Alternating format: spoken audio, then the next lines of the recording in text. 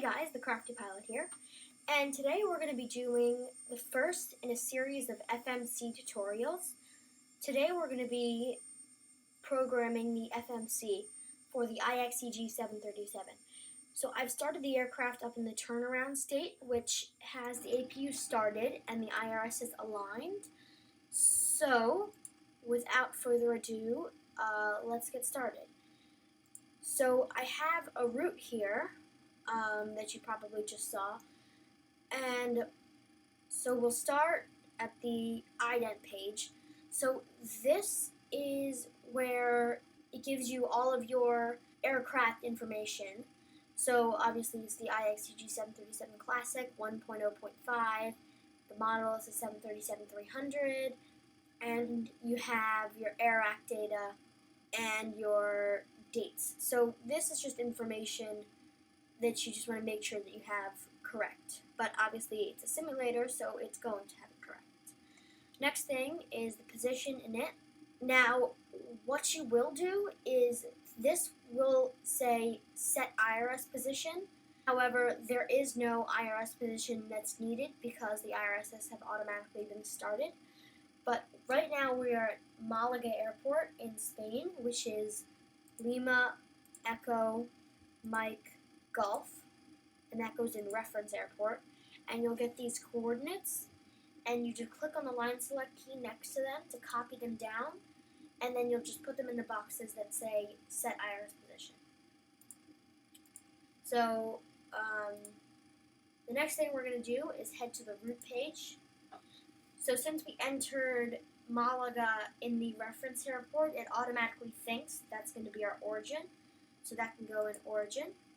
Our destination is Barcelona, which is Lima, Echo, Bravo, Lima. That goes in destination. You don't need a flight number. So anything that has boxes means that it needs to be inputted. Anything with dashes means that it's optional. So flight number you don't need, and I don't really have a flight number for this flight, so I'm just going to continue on to the route page. So our SID today is Peppa 1 Tango, and you go to enter SIDs and stars as well as departure runways. You head to departure and arrivals, then Malaga departures. Today we're going to be taking off, well, not actually taking off, but in this example we would be taking off from runway 30. And as I said, the SID is Peppa 1 Tango. And then there's no transition, so you can head back to route.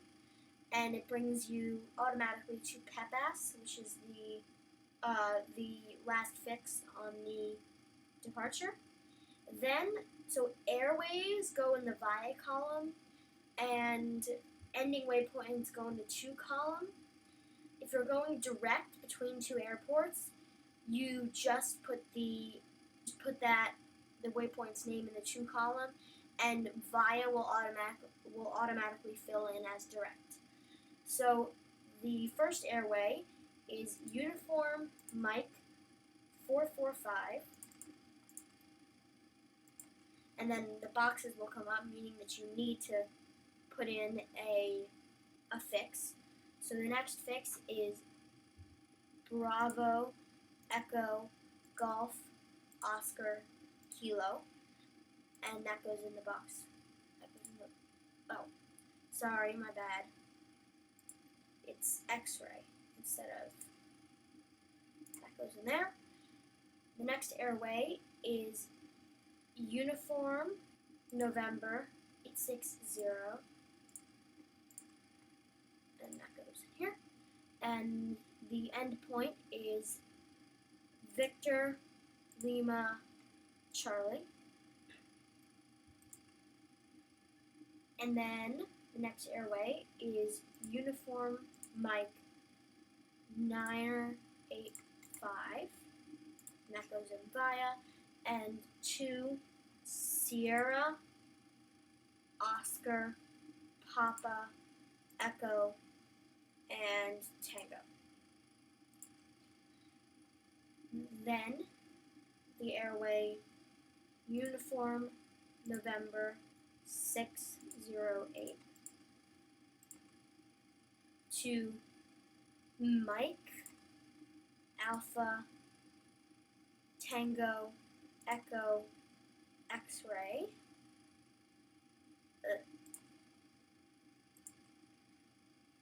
That is the entire route, besides the star. So to enter that, we're going to go back to the departure and arrival page, then go to Barcelona arrivals, and the approach is the ILS 7 left, which you can select right here. The transition, the approach transition is the Rubat transition. The star is Matex 1 Zulu. So let's just look for that. So you can see Matex is MA. However, there's no Mate 1 Zulu, and that's because there are multiple arrivals. That's Matex Zulu, as well as Matex Charlie and Matex Delta. So we can click on that, and that will select all three of them for the arrival. And then you can go right back to route, and there's discontinuity. So to fix a discontinuity, all you have to do is find the waypoint that goes right after it, and once again, just copy it down into the scratch pad by clicking on that line select key, and put it in the to box, and that will automatically fix. So it automatically fills in all of the star elements, so the ILS, the approach transition, and the star. So as you can see, when I put MARTA in the 4 boxes, it automatically filled in the direct. So now what we would do is we would scroll through the route, and to do that, you go to plan mode, which is down here, and then you'd head to the legs page. So whenever you see a blue dotted line, that means the route is there, but it hasn't been activated. To step through the plan, you go to the legs page, and you'll see this little center indicator. And to step through your plan, you hit the step button repeatedly in order to see your route. So basically here you're just looking for any discontinuities, or you're looking for any parts of your route that don't look like they should, like if you have a mismatched waypoint that needs to be fixed. So this all looks good all the way up to the runway. Okay, so now you can head back to the route page, and you can activate the route. Bring the map back to center map, which shows you where you are.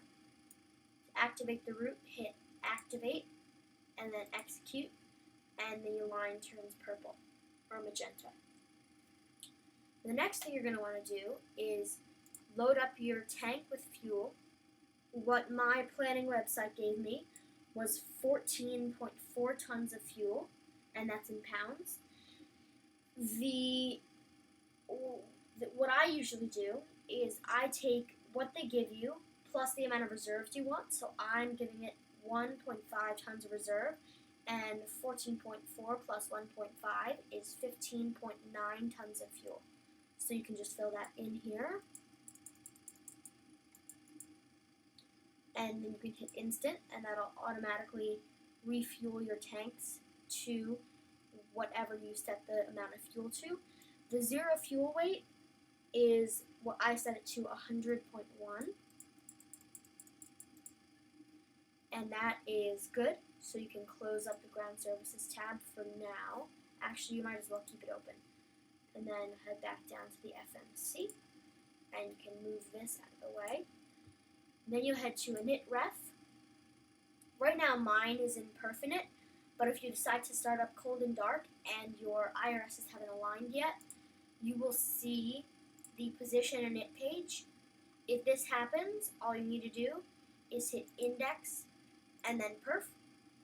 If you decide to start up with your IRSs already running, or your IRSs have aligned, you will get to the perf page, and you don't need to do anything that I just said about getting here.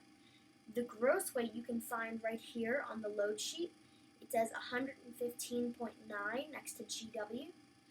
So we can enter 115.9, and that goes in gross weight. Center of gravity is always filled in automatically for you. Plan fuel, what you need to do here is look at your flight plan again. And so my plan fuel, which I told you was 14.4. And then that's what you add the reserves onto. So you put that into plan fuel, and my reserves were 1.5, and that goes in reserves. Cost index, what you put in there, basically the fuel efficiency and how fast.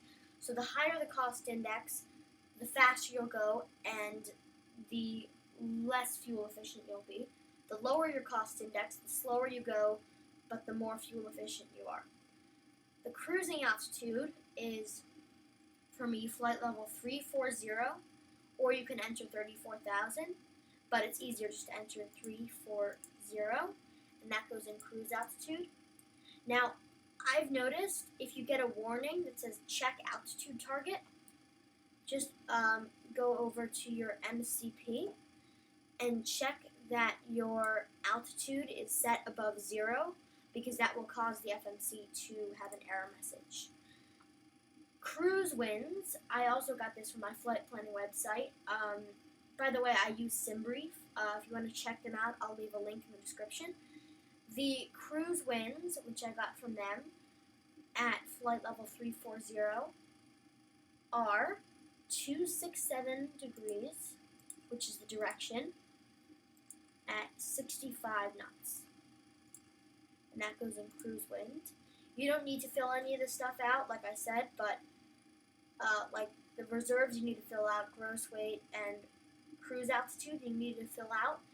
Anything else, you don't really need to fill it out, but it's always better for you if you do. Like cruising altitude, it's probably cruise winds, you don't need, but you know, if you can, why not? Then I'm going to execute the flight plan, set the perf, and it'll give you the active perf in it. Now we can head to the N1 limit, so we don't need ground services anymore. So this is where you'd set your N1 limit. N1 limit is basically the amount of power that you want your engines to have on takeoff. Right now it's set to takeoff, but what you want to do is, I'm going to go into local map, and I see that the runway here is pretty long, or long enough I should say, and what you can do is you can switch to takeoff 1 and climb, and it will automatically select climb 1, but you can change that if you want. I'll just keep it like that. And what that does is these two little red lines are your N1 limit. So when you hit N1, when you hit the N1 button to take off, that's huge. When you hit the N1 button to take off, it will send your thrust to the N1 limit. So this is reducing the amount of thrust that you're given on takeoff to increase fuel efficiency, but it also gives you a longer takeoff. So if you have a shorter runway, use takeoff. But then if you have runways where you can climb, then you should go to takeoff 1. Anyway, let's head to the actual takeoff page. Flaps are usually good at 5. I always use 5, unless you're at an airport with a really short runway and you need to get off the ground faster. You can change that. Trim is 3.4. So all you need to do is look at the little trim wheel here and set that to around 3.4 to be exact, but somewhere in the region. Quick Reference Handbook gives you V1 speeds, your V speeds for takeoff. If you don't want the Quick Reference Handbook, you can turn it off by hitting this button, and obviously they'll go away. But I'm going to use them for now, so you can just click in the line select keys, and the Quick Reference Handbook numbers will be accepted in. And again, if you want to change one of them, make them higher or lower, you can always do that. And it gives you your gross weight right here. Other than that, on the ground, there would be nothing else you do. Now onto stuff that you would do in the air, but I'm going to do on the ground because this is a full tutorial. Not full flight, but in terms of the FMC. So go to ref. In the air, approach ref will come up, but obviously I'm still on the ground, so I'll have to go back to index and then approach. So it automatically calculates your gross weight when you land, which is 114.5, sorry. Obviously it's less than what it is right now because you're taking off tons of fuel. And it says your ILS frequency and the course, but it's not always accurate, and it doesn't automatically program the radios for you. So I would do that yourself by looking at the approach plates and finding the information from there. What you do here is you set your approach speed. So on approach, you'll normally have your speed in mode control panel speed, which means you'll be setting it yourself. And in order to find the right speed for your approach, you'll head to the approach ref page and you'll see all the flap settings. I usually do a flaps 40 approach. So this approach says 134 knots. What you need to do is add 5 to this number. That's 139 knots. So when you come in for approach and you're, I'm going to say, a mile or so from the runway, that's when you would change your speed to that. But that's a whole nother, you can just click on the line select key next to it, or you can enter it manually, and it automatically clicks in your flaps setting and your speed setting. But there's one more thing, and this is optional. So you can go into fix, and if you like to have a visual of like when you're getting close to the airport so you can sort of start preparing, enter any fix into here. So like if it's your initial approach fix or your descent fix, you can just enter it in here. I'm going to enter the airport, which is Lima, Echo, Bravo, Lima, which is Barcelona. That's our arrival airport. What you want to do is enter the radial, which is the a straight line that goes in whatever direction. So I'm just going to leave the radial at 0, which is going to point it directly north. And I'm going to have a 30-mile radius around the airport. So you just enter that in. And now, if you zoom out, probably not going to be able to see it, but, you know, might as well try. To see that circle around the airport. Yeah, so you can't see it, but regardless, that makes green dotted circle around Barcelona in the 30-mile radius around it. And other than that, one more thing as a side note, when you go to the takeoff page, you might want to leave it there when you take off, or else you'll hear a bunch of terrain alarms when you take off. And your speed, your initial speed in the mode control panel should be V2 plus 5 or V2 plus 10. I'm just going to go with V2 plus 10, so that gives me 152 in the MCP. Thanks for watching. Subscribe, leave a like, and comment if you have any questions. See you guys next time.